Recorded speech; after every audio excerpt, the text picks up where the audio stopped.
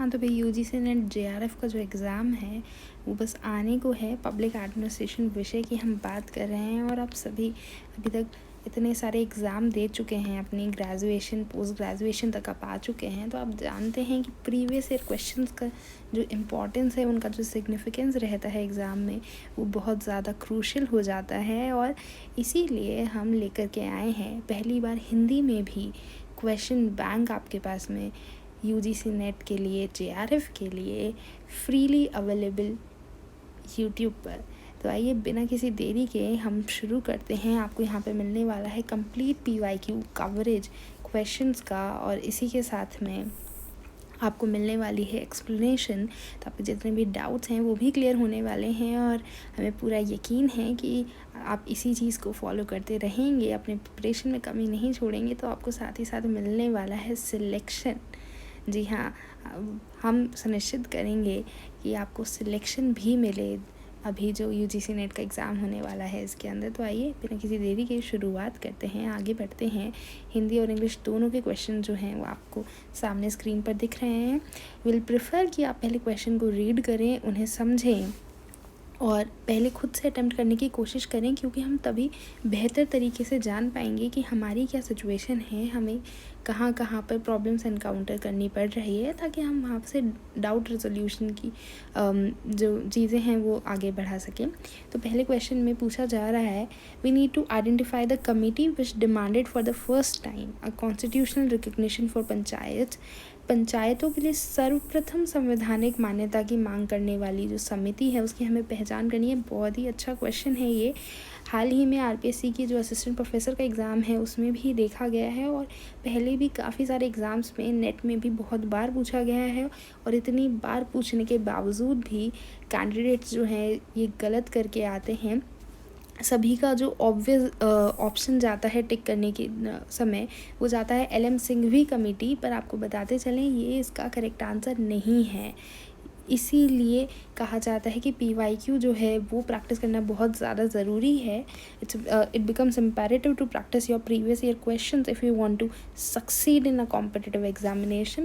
Because यहाँ पे जो उसका करेक्ट आंसर है वो है अशोक मेहता कमेटी। अशोक मेहता कमेटी जो 1977 में आई थी, अशोक मेहता कमेटी जो 1977 में आई थी,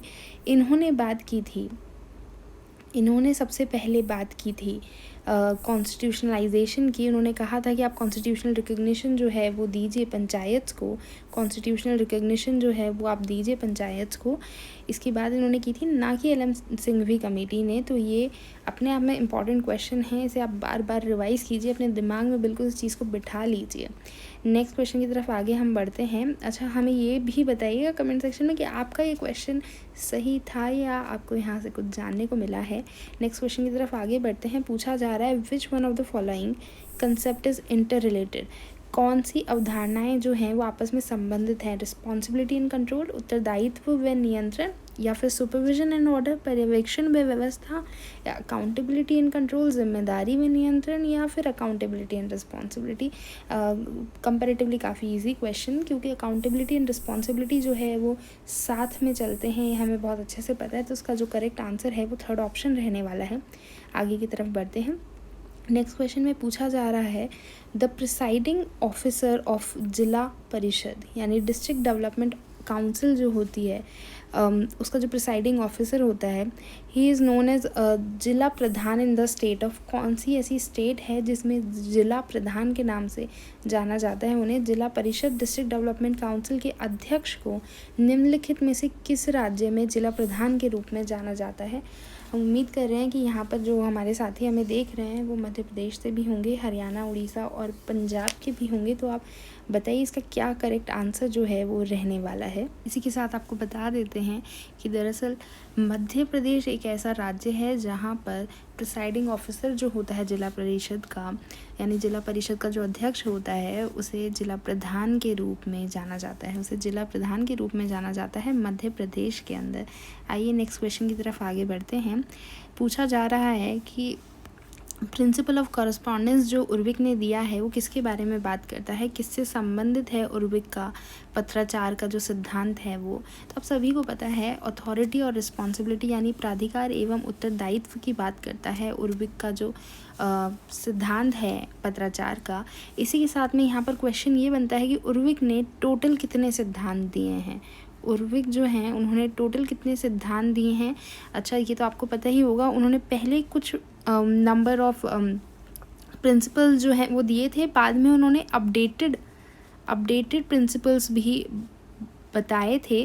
तो आपको दोनों बताना है, पहले उन्होंने कितने प्रिंसिपल्स दिए हैं और बाद में टोटल जो अपडेटेड प्रिंसिपल्स हैं उर्विक के द्वारा दिए गए उनकी क्या संख्या है। तो कमेंट सेक्शन में जाइए और इसका जवाब दीजिए। इसके साथ नेक्स्ट क्वेश्चन की तरफ बढ़ते हैं। पूछा जा रहा है who distinguished two types of bureaucracy as punishment centred bureaucracy and representative bureaucracy. Representative और पनिशमेंट सेंटर्ड ब्यूरोक्रेसी यानी दंड आधारित अधिकारी तंत्र और प्रतिनिधियात्मक अधिकारी तंत्र, इस तरह का विभेद जो है अधिकारी तंत्र के अंतर में वो किसने किया है। ये काफ़ी अच्छा क्वेश्चन बन जाता है और ये वो पर्टिकुलर टाइप ऑफ क्वेश्चन है कि आप कितना भी कंटेंट पढ़ लें पर कुछ ना कुछ तो मिस हो ही जाता है और वो जो गैप है वो फिल होता है जब हम प्रीवियस ईयर क्वेश्चंस जो हैं वो प्रैक्टिस करते हैं। तो आपको बता देते हैं इसका जो आंसर है वो एल्विन गोल्डनर रहने वाला है। काफ़ी अच्छा क्वेश्चन। इसी के साथ आगे बढ़ते हैं। पूछा जा रहा है हर्बर्ट साइमन द्वारा अपनी पुस्तक एडमिनिस्ट्रेटिव बिहेवियर में अपनाया गया ज्ञानी मानसीय दृष्टिकोण यानी कि जो एपिस्टेमोलॉजिकल अप्रोच है हर्बर्ट साइमन की, उनकी किताब एडमिनिस्ट्रेटिव बिहेवियर में, वो कौन सी है।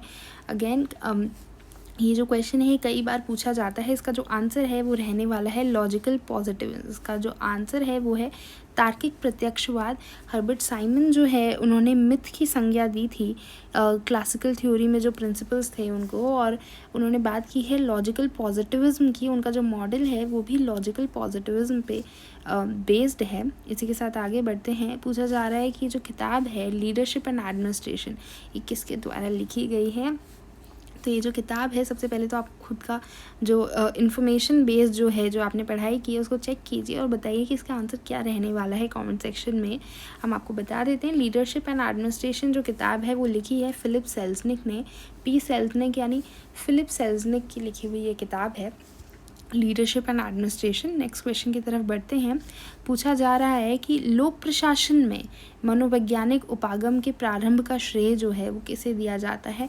The beginning of psychological approach to public administration can be trace to. ये अगेन हमने पिछले वीडियो में भी बात की थी। इसका जो उत्तर है वो मैरी पार्कर फॉलेट है और हमने बात की थी कि मैरी पार्कर फॉलेट जो है उन्हें अपने समय से अग्रणी कहा जाता है, इसलिए इन पर काफ़ी क्वेश्चंस जो हैं वो बनते, काफ़ी अच्छे क्वेश्चंस बनते हैं।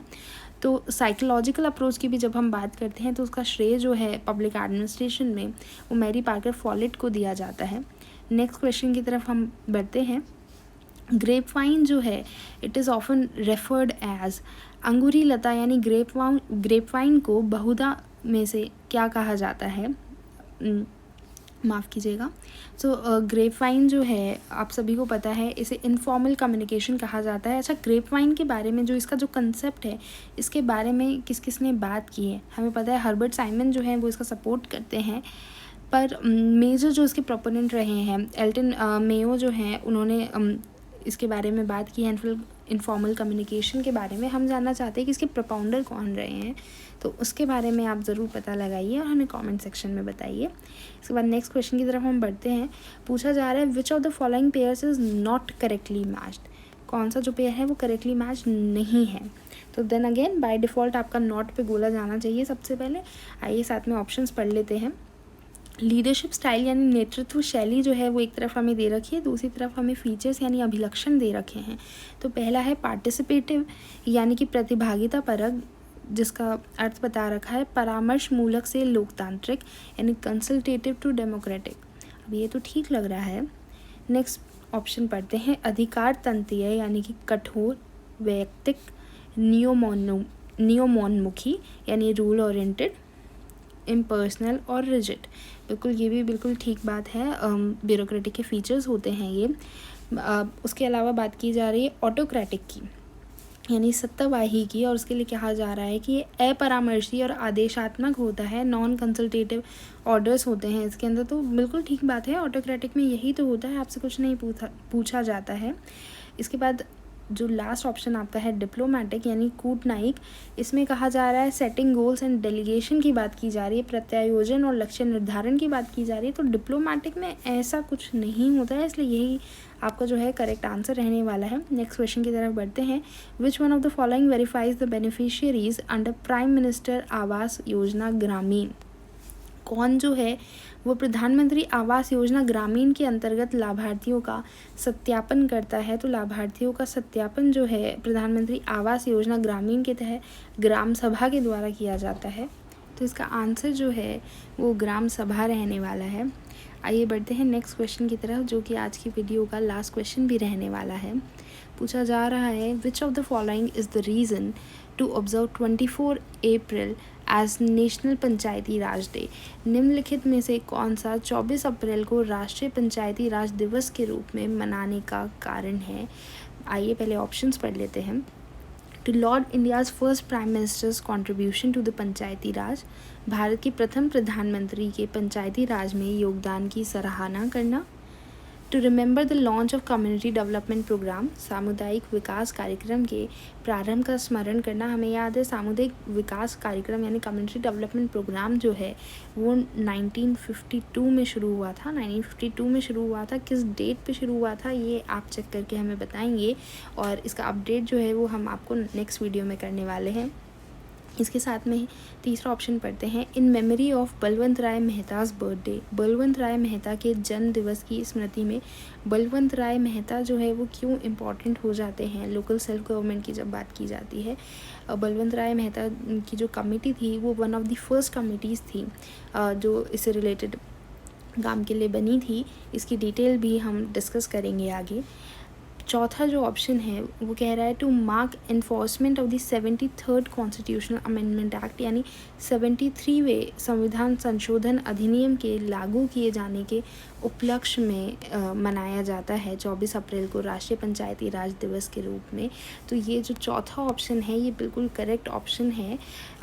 It is indeed celebrated to mark enforcement of the 73rd constitutional amendment act.